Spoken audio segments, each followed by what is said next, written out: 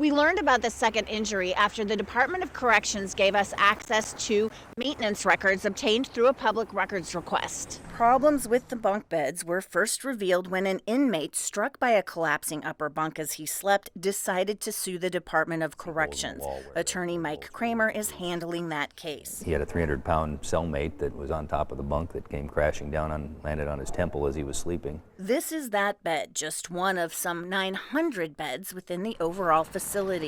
In October, we asked for all bunk bed work requests dating back 5 years. Citing the lawsuit, DOC initially denied our request. The case is about apparent systemic problem within that facility anyway to acknowledge that they have a problem with these bunk beds that are putting inmates in great danger of serious injury or death. They're not fixing it. KTUU successfully appealed. Records obtained by 2 investigates show 14 repairs, most for loose mounting hardware like screws, bolts, and iron plates. Conditions consistent with what the inmate's attorney had described. It appears that most of the time they were able to see the bolts coming out of the walls before the bunk beds actually collapsed. When we asked about more recent repair work for November and December, the department gave us this one-page report titled Upper Bunk Inspection, dated November 27th.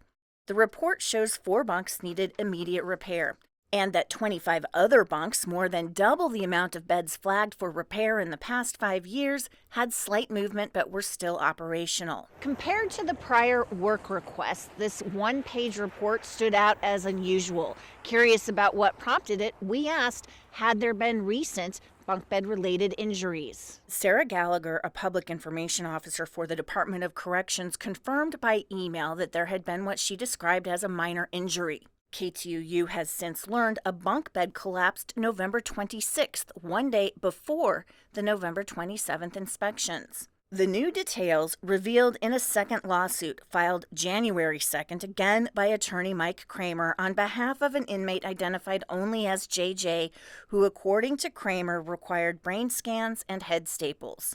And there's this, the bunk that collapsed from the very same cell number K9 that was reported as faulty more than 2 years ago.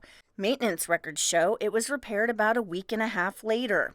It's after the November 26th incident that the Department of Corrections conducted what it describes as a review of all the upper bunks, with a notation that all bunks with issues were repaired, secured to the wall, and welded as needed. The Department of Corrections told KTUU that there are no maintenance records on the beds prior to 2016. Now, these are beds that were installed in 1983 when the West Complex switched from single-use concrete beds to the metal bunks that remain in use today. And these are the same beds that in recent years have had failures and which just underwent that comprehensive review.